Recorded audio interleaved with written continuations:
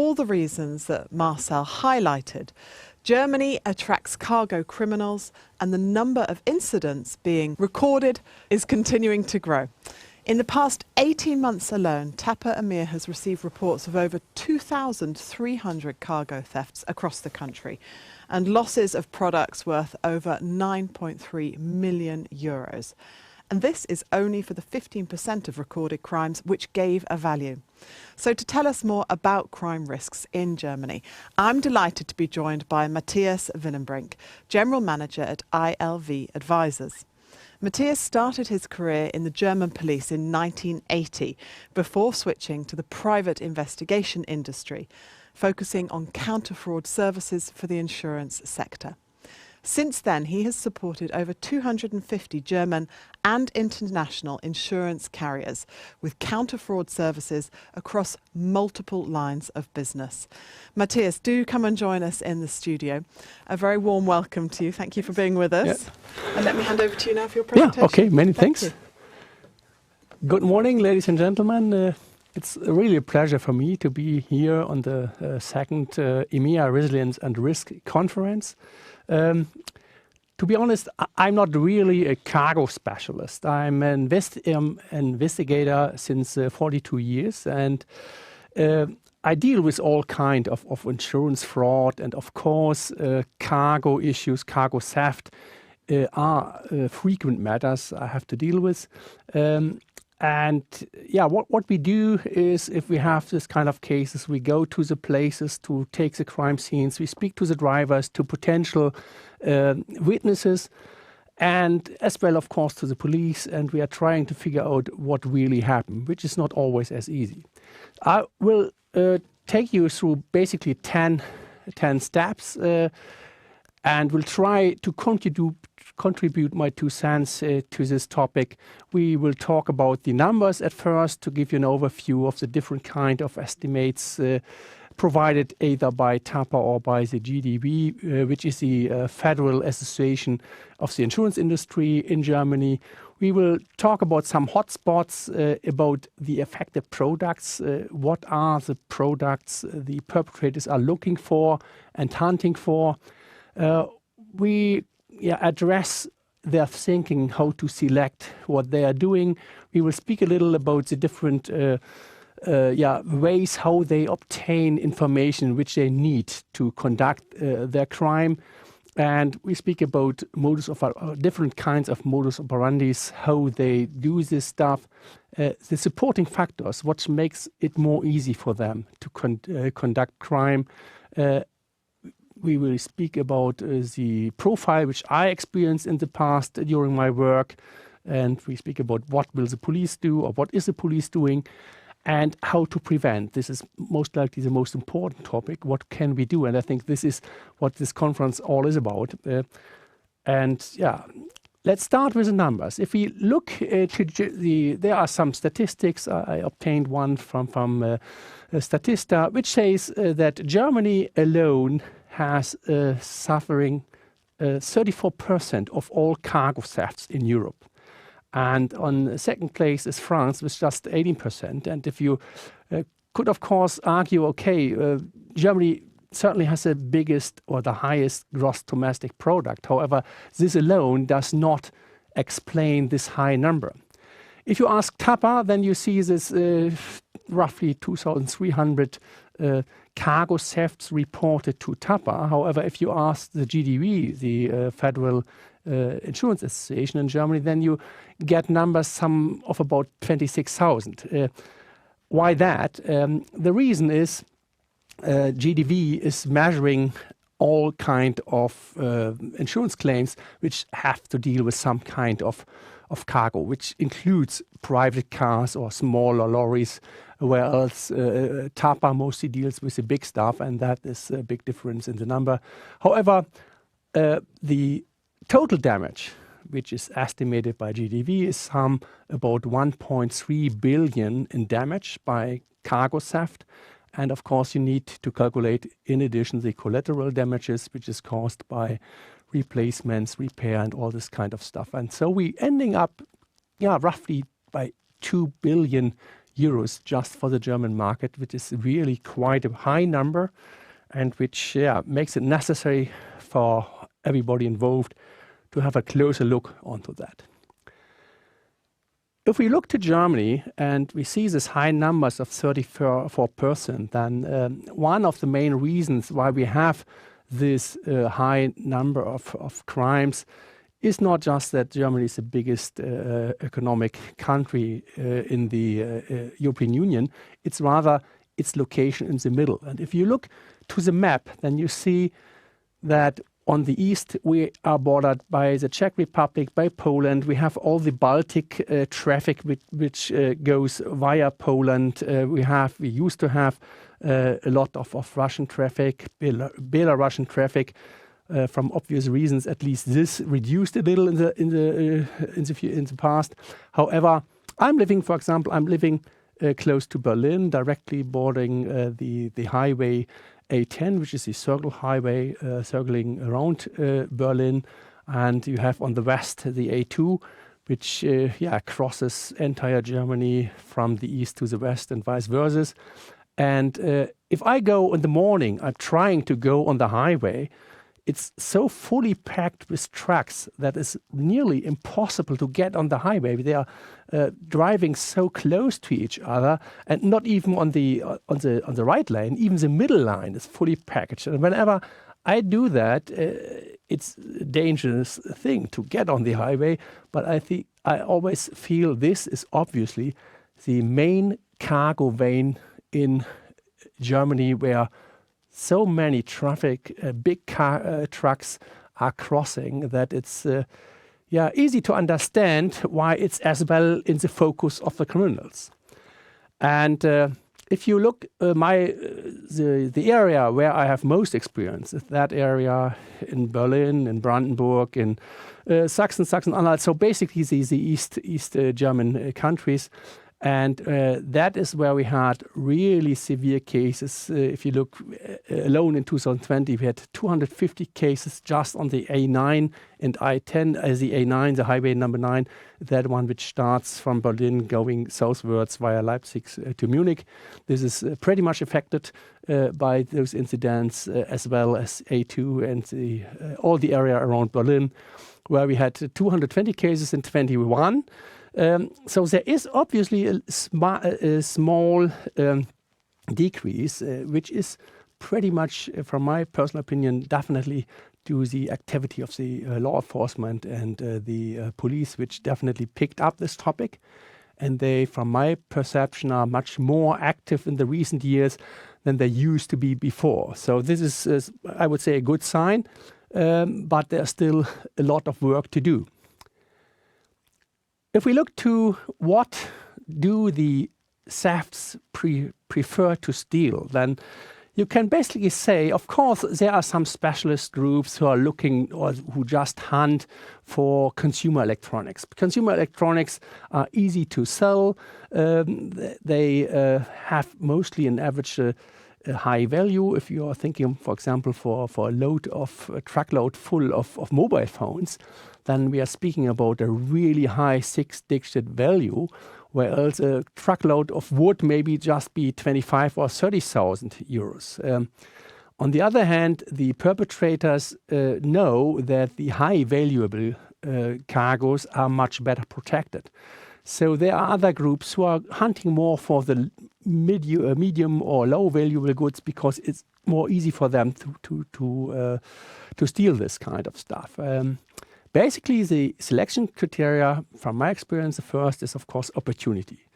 What does it mean in practical terms? Opportunity is, how is a certain truck parked? How easy it is to get into the truck? How high is the risk that any witnesses will see you and alarm police? And the other topic is, of course, the value.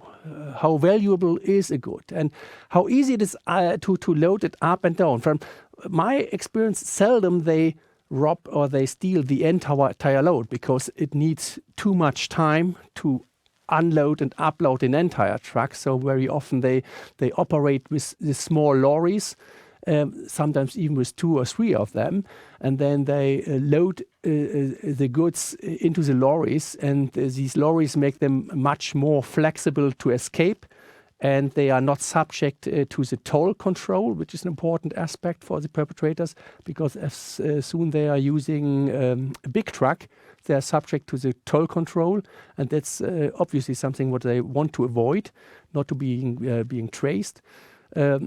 Easy to sell, especially consumer electronics. Very often we feel or we can find consumer electronics on the public marketplaces, for example, like eBay. I can remember a case where 3 truckloads full of brand new monitors stolen in UK, and we investigated this, and we shortly after the thefts we identified a guy who offered this kind of monitor on eBay. The good luck for us was the monitor was pretty new, and it was nearly unavailable on the market, so we could clearly identify these monitors.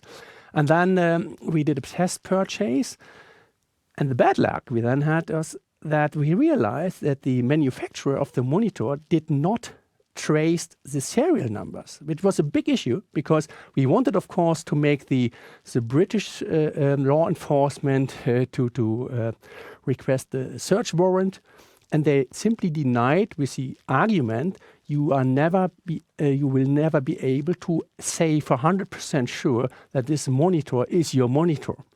I was a little surprised, because I would say in Germany we would have been able to get a search warrant, but this was impossible in England. So that brings us to the question that it's really important to make your loads identifiable. And we have so much modern new technologies which you can use to set certain secret marks, even especially in the counter fraud industry. I'm pretty much aware that, for example, even whiskey gets marked with some kind of special identifier. So I would say in these modern times we have so many different kind of ways to mark loads. But if you look, how often does this really take place? How often do the carriers think about this? And we realize they don't do mostly, because they do not expect their load being stolen. And if the load is stolen, it's absolutely important to be able to identify it. And this is certainly a big question which needs to be addressed more in detail. Of course, even what we realized is that some kind of organized groups, they even monitor the market prices. For example, there was a time when steel was going pretty much up, and even then, at the same time, the stolen loads of steel went up. So obviously, the perpetrators have a look on the market prices, and then they look what to steal brings more benefits. Of course, you have specialized groups, especially if we are talking about the really high valuable goods like mobile phones. Then we mostly deal with perpetrator groups who are much more qualified, which are much more experienced, whereas other groups who do more the low budget things might not have this high professionalization. One important thing for all perpetrators is they do need information. If they don't know what to steal, where to steal, then it's just a matter of coincidence. Of course, that happens, especially with all these canvas scrappers. They just look around and they steal what is available. However, I would say most perpetrators, from my point of view, have a much more planned way to go ahead. So they look exactly, they obtain information. Of course, one source are insiders giving them information when what kind of load goes from what origin to what destination.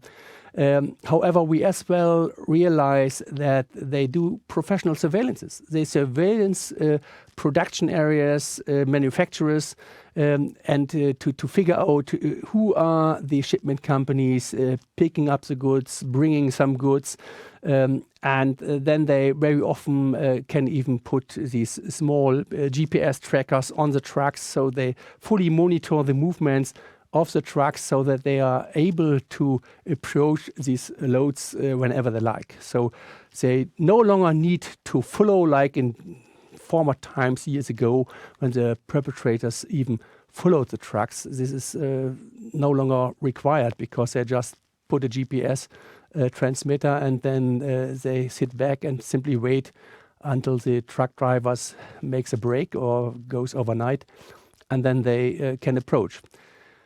Another thing which is absolutely underestimated is malware. So it means mostly attacking certain manufacturers or even shipment companies by installing some malware and sending some emails with some malware attached.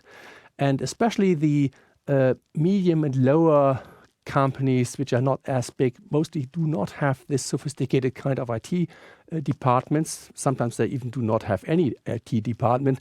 So it's much more easy for the perpetrators to get some malware installed so that can read the email communication. And then it's very easy for them to select the best or most valuable goods they are hunting for.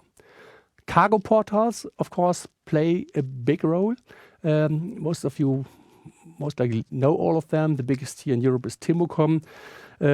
They are aware about the issue, and they do some background screening, and they try to make sure that all their clients or all parties connected to the system are really checked from their background. However, what we experienced in some cases is that there were third parties not involved directly as clients to the cargo portals. However, they had some kind of contact to another person who is connected, and they called the people who published a load on the cargo portal and told them, "Oh, I heard about this. I'm not a member. However, I'm coincidentally very close and I can do it even cheaper than this guy." And so they sneak into this position, and then they get a job which was published on a cargo platform without being a member at all at the platform. So this is sometimes what we experience a couple of times. Cargo platforms, I would say they try to be cooperative if you investigate cargo thefts. On the other hand, especially we in Germany and in entire European Union, you most likely know about the GDPR, the General Data Protection Regulation, which started or were introduced in May 2018. And since then, it's pretty much more complicated to get information. It's always a big fight for the investigator to get any piece of information which you might require to solve the case. So this is always a big, let's say, a data protection fight, which you need to do being an investigator. Load paper boxes on trailers. This is especially something what I experienced when the bridges are switched from one truck to another. It's a situation which you often have at the harbors, where they make it easy to simply put the papers into some kind of box somewhere installed at the trailer. And of course, the perpetrators know about that, and they open the boxes and look in what kind of papers, what kind of load is on this truck. So it makes it very easy to them simply to identify the best opportunities. And of course, these canvas cutters, they are simply do trial and error. They're cutting the canvas of the different trucks, looking into it in the hope, what mostly is true, that they see on the card boxes of the load, which are mostly descripted or named, they show what is in the card box, so it's easy for them to see, does it make sense to steal this, or may I switch to another truck? So it's simply a system of trial and error. It's what sometimes applies. The different kind of modi operandi we have to deal with, I already addressed this GPS tracking thing that mostly starts at the manufacturer companies where the trucks picking up the load. If you see mostly these trucks approaching are parked outside. So it's very seldom that they all have enough space to go inside. They park outside in a long row. It's very easy, and the truck drivers mostly taking the opportunity to get some sleep. So it's easy for them to go onto the trucks, putting some GPS devices without any big risk being identified. Another thing which I experienced a couple of times is what I call a load interception, which means somebody approaches a truck driver who may already wait for hours in a queue to unload his cargo, and somebody says, "Hey, I'm from this company. We just have an issue. We cannot unload here directly. However, there's another truck, so we unload on another truck." So even that, and very often it's very seldom, even if I investigate, I realize that nobody ever asked somebody for an identification. So you may have a truck full of, let's say, 600,000 euro of value, and you go somewhere, you do not even know who is the name of this guy. You just ask for a simple signature and you give him all this stuff. And that is, from a certain kind of view, it's strange to see how easy every day millions of values are given over to people who not even know the name of each other. So this is basically a normal proceeding, and that makes it, of course, very easy to intercept, to pretend to be somebody which you are not really, and then you ask for the load and telling the truck driver, please go one street further and give the load to somebody else. This happens. We spoke about this canvas slashing. This is something which is very often, especially in our area around Berlin. We had last year a group of 7 Polish guys who committed more than 340 of this kind of thefts. It's unbelievable if you see how a German car or truck park looks like at night. It's fully packed with trucks. They are very close to each other. And despite that, you would think it must be very alarming if you go there and unload boxes from the truck. However, you have to consider, on one hand, these truck drivers are mostly sleeping. On the other hand, the perpetrators are not as stupid. They put their lorries as a fuel protection on a certain way, so they can unload half a truck and nobody is really realizing it, despite the entire car park is full of trucks and truck drivers. And of course, they mostly have some protection guys who look for police and other approaching cars. So it's easy for them to do it, even 300 times not being detected. This is the impressive thing. And something what we experienced several times is that they even put some gas into the driver's compartment to make the driver sleeping. And that was something what at the very first we did not realize, that even the drivers themselves did not realize they had headache on the next day. But they were not able to say from what caused the headache. However, after a frequent number of these experiences, we slowly realized that there something must be wrong. And then the police had a focus on it, and they did some forensics. And it turned out that they definitely inserted into the driver's cabin some tranquilizing gases to make the drivers sleeping. Or the Romanian stunt thing. This is the most strange thing I've ever heard about. It was a truck driver who was 100% sure that it must have been taken place during driving. And it turned out that the truck driver was in a slow traffic zone, construction area, and where definitely some guys opened the rear doors while driving, and they picked up boxes out of the driving truck to pick up truck driving close behind, and then they stole goods from a driving truck, which is really unbelievable. It's like in a movie, yeah? So it's a stunt. However, it's I would say after now 40 years in investigations, I would say everything what you can think can really happen. Nothing is so extraordinary that it does not take place in reality. So we have to take into account everything. And the next thing is the identity theft. Even identity theft is an issue. I can remember a matter, it was a truckload full of mobile phones. It was departed from Scandinavia. It went to Hamburg. From Hamburg, it was supposed to be transported by a shipment company over to Lithuania and then further on by rail to Kazakhstan. So the final client was an electronic chain in Kazakhstan, and the transport from Hamburg to the Baltics were supposed to be operated by a German operator with another subcontractor and a third subcontractor. The third subcontractor was a Slovenian company with an Ukrainian driver. So even if you see the construct on this kind of transport, I would say it's most unlikely that it makes it, and it didn't make it. And it started at the very beginning.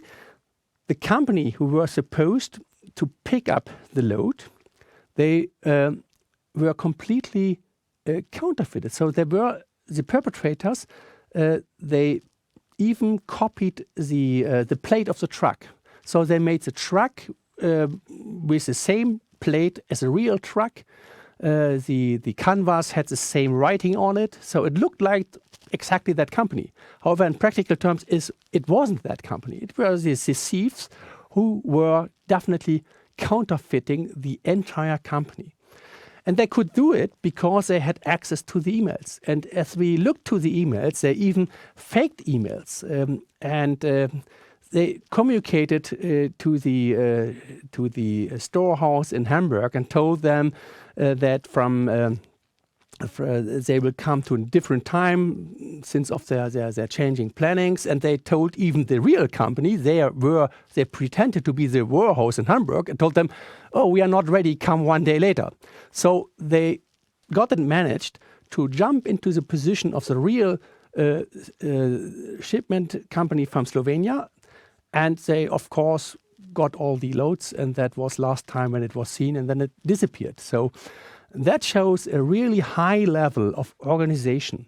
They are using modern techniques. They are really experienced, and this is something. The interesting thing was in this matter, we looked up these kind of phones and found a reasonable high number of this very, very modern iPhones somewhere in Ukraine, and the driver was Ukraine. Of course, it was the problem, or the good thing with all these mobile phones is you mostly have the numbers, the identification numbers, and that helps you to hunt these goods.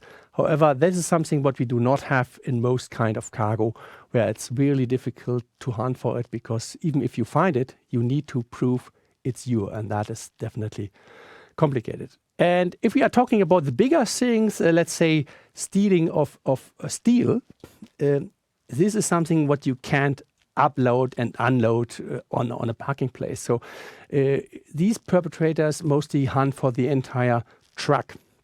And mostly they have some kind of techniques how to paralyze the driver. They sometimes kidnap the driver because they, of course, need a certain time to get away with the truck. And as you know, highways do have these toll bridges. Even the German police has some control stations, hidden control stations, where they took all the plates.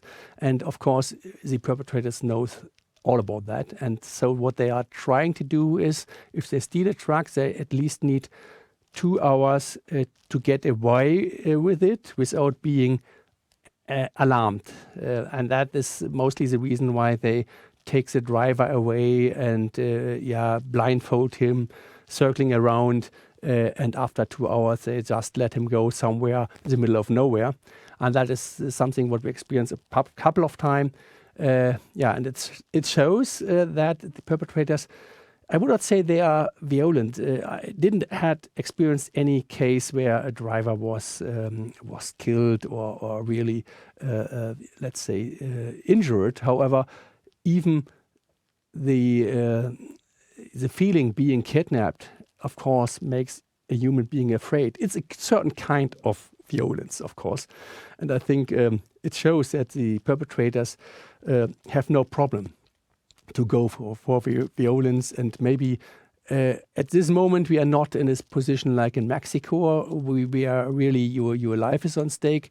However, I would say as more complicated it gets, as higher we put the threshold they have to jump over, as more we most likely even have to face risk of injuries, risk of really serious consequences for the human beings involved.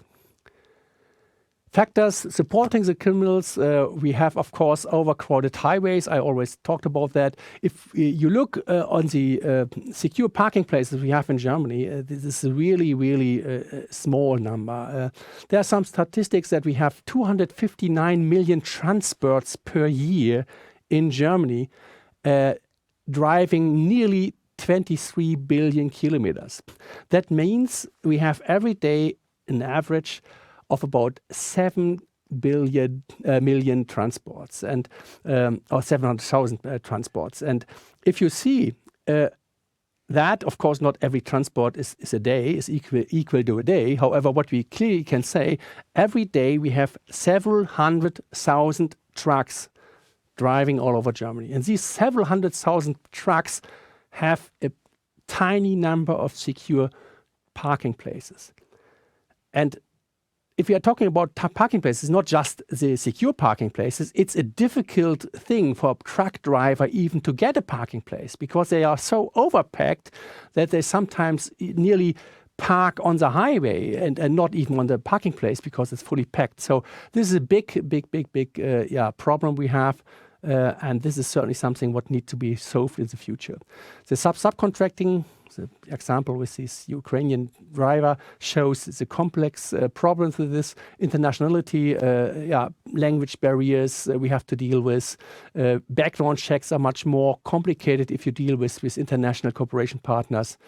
Then, of course, the competition, the low pricing. If we are speaking about security, then it mostly contradicts the fight about the best price. And security has a price. And if we just talk about the cheapest thing, then we automatically are losing value on the security side. And the careless with information, that is something what is always alarming to see how careless the people involved go with their things. Perpetrators profile, I'm just running out of time, so we'll speed up a little. So what I had in my experience, most perpetrators were European groups, Eastern European groups, medium-aged people. They're using vehicles like this one, small, flexible, fast lorries. They act in groups, mostly in 3, sometimes even 4, 5 or more. They concentrate on certain areas because it's important for them to know the area, what are the best escape ways. And so we have, and of course what they use is jammers. Jammers are really important because they know most trucks nowadays have GPS. So they need to do something to knock out the GPS. And the most easiest way is you simply switch on a jammer and all signals are down. And then they can go somewhere with the truck and look for the antennas and then disconnect this stuff. Police work, we had in the past a lot of activities. I already mentioned that obviously the number decreased a little. We had some actions from Frontex. Europol is engaged. We had a lot. We had this European the multidisciplinary per platform against criminal threats. That means there were different kind of law enforcement involved, not just the police, the customs, and some more. We had this Project Cargo initiated in Germany in 2018. We had these Trivium Action Days in November 2020. And recently we had a cooperation between the LKR Brandenburg and the Polish police, which ended up in the arrest of 7 people who committed 345 cases alone on the highway A9 and I-10. So there is some success, and I feel the police is doing quite well. However, there still is a lot of work to do. How to prevent? Protect your information. increase awareness. This is something what this conference is about, obviously. Select operation partners carefully. That is important to do background checks, know your partners, double check communications, especially if you have email communications. Is this email really from that cooperation partner you think of, or is it a fake? Use tracking and telematics. I think this is something where we have some really good development in the near future of devices who even monitor the cargo departments. There's much to do, and of course more secure parking. This is really important. And but last but not least, investigate something. If you have an issue, go deeply into it, investigate it, because there's a lot to learn which you can use for prevention to prevent this stuff in the future.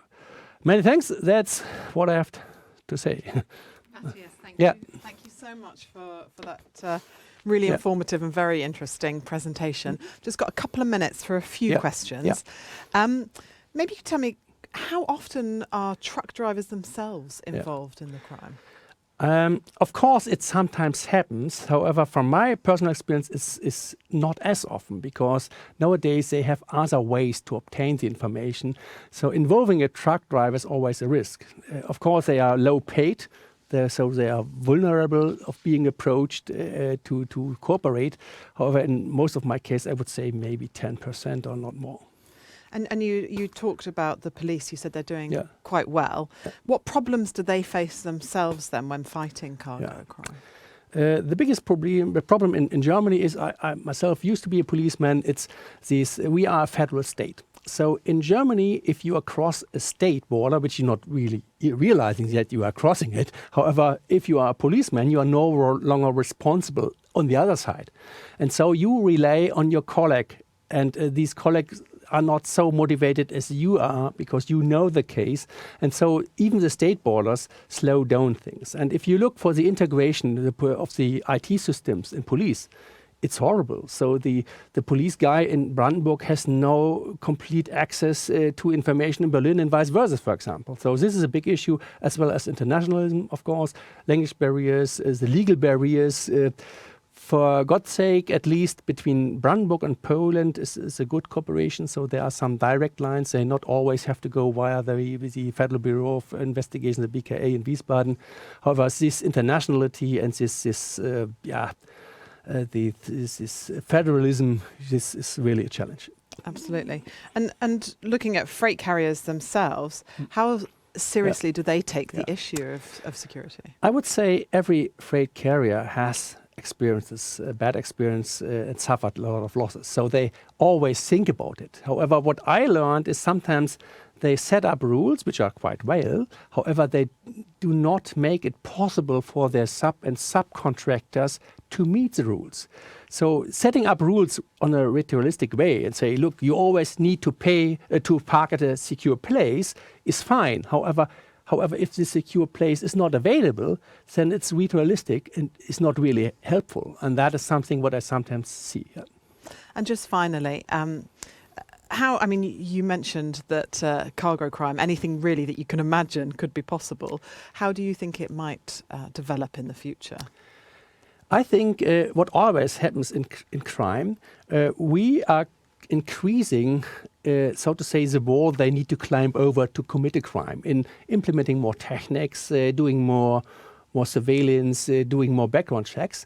It mostly is not always reducing the crime. Sometimes it changes. The criminals are very, very innovative people. So they realize the new techniques, so they develop new techniques. A good example is this immobilizing system in car thefts.